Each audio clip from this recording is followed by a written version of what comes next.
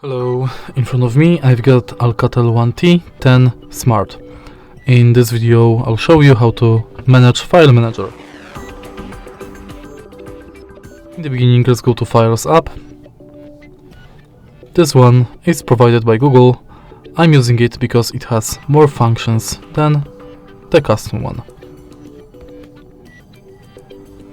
And thanks to File Manager, you've got access to your recent files, categories like downloads, images, videos, audio, documents and others, apps. Then you can go to collections and internal storage. Next you can go to nearby share function, thanks to which you can quickly send and receive files. In clean function you can clean junk files from your smartphone. If you go to menu, you've got access to recycle bin, settings and help and feedback.